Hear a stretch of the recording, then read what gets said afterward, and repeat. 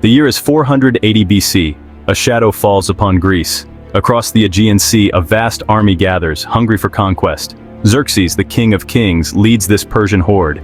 He seeks to crush the fledgling Greek city-states and add their lands to his sprawling empire. Standing in his way, a narrow pass between towering cliffs and the unforgiving sea.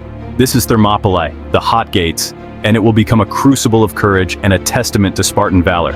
The fate of the Western world hangs in the balance. Against this tide stands a small but determined force of Greeks, led by the Spartans and their king, Leonidas. They are outnumbered, outmatched, but not out of hope. They will make their stand at Thermopylae, a place of destiny. The Spartans, masters of warfare, will face impossible odds. Their courage will echo through the ages. Let us journey back to that fateful time, to witness the courage of the 300 Spartans and their allies as they face the fury of the Persian Empire. The Persian Empire, under the reign of Darius I, had already tasted Greek blood. A decade earlier at Marathon, the Athenians had repelled a Persian invasion, but Darius was dead, and his son, Xerxes, vowed revenge. Driven by ambition and a thirst for vengeance, Xerxes assembled an army the likes of which the world had never seen. He bridged the Hellespont, the narrow strait separating Europe from Asia, and marched westward, consuming everything in his path. The Greek city-states, often at odds with one another, recognized the gravity of the threat. They formed a fragile alliance, setting aside their differences to face a common enemy. Spies and scouts brought word of the approaching Persian host, their numbers so vast they seemed to stretch beyond the horizon. Fear gripped the hearts of many, but not the Spartans. They were a warrior society, bred for battle since childhood. For them, the Persian invasion was not a cause for despair, but an opportunity for glory. Warriors from other Greek city-states, inspired by Spartan courage, joined the fight. The outcome of this battle would shape the course of Western civilization for centuries to come.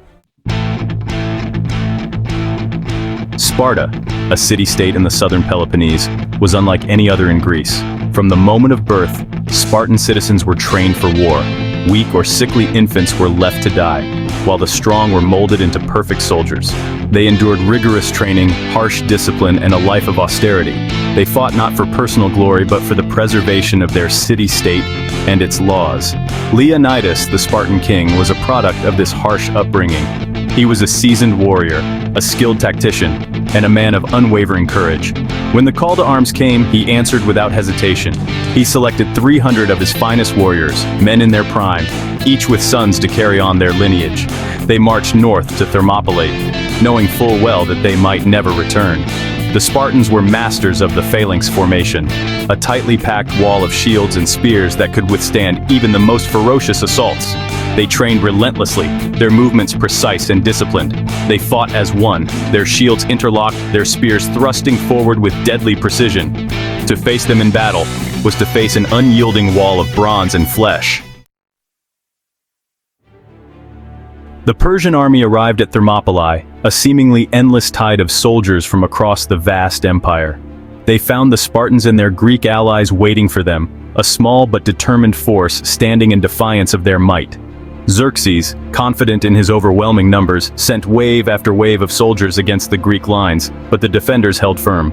The Spartans, utilizing the narrow terrain to their advantage, repelled every attack. Their shields interlocked, forming an impenetrable wall of bronze while their spears thrust forward with deadly accuracy. The Persians, accustomed to overwhelming their enemies with sheer numbers, were unprepared for the Spartans' ferocity and discipline. The ground ran red with the blood of the fallen, but still, the Greeks held. Day after day, the battle raged. The Persians, frustrated by their inability to break the Greek lines, resorted to desperate measures. They sent in their elite troops, the Immortals. But even these seasoned warriors could not overcome the Spartans' stubborn resistance. Arrows rained down upon the defenders, but the Spartans held their ground, their shields protecting them from the deadly hail. Despite their valiant efforts, the Greeks knew that time was not on their side. They were outnumbered, and their numbers were dwindling with each passing hour. Yet, they fought on, inspired by the courage of their comrades and the knowledge that their sacrifice would buy precious time for the other Greek city-states to prepare for the inevitable invasion.